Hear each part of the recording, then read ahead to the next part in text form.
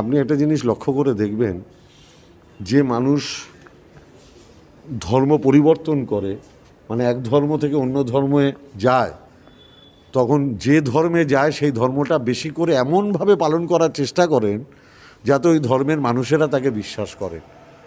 গান্ধীজির আদর্শে অনুপ্রাণিত মানুষ যখন গান্ধীজির হত্যাকারী গডসের দলে যাবেন, তাকে বেশি করে এইসব গোবলীয় রাজনীতি করতে হবে যাতে তার ব্যক্তিগত কোনো উপস্থিতি কিংবা প্রামাণ্য সেই দলে থাকে।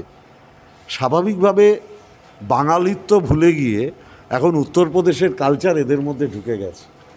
কারোর মধ্যে যদি গোবলীয় সংস্কৃতি ঢুকে যায়, আমি বাইরে থেকে আটকাবো কী করে? এটা এটা এটা এটা বাংলার মানুষ, বাংলায় যারা বসবাস করে, বাংলার সংস্কৃতির সাথে যারা পরিচিত, তারা এই ধরনের গোবলীয় অসভ্য রাজনীতির পরিবেশ মানবে না, এটা আমি বিশ্বাস করি।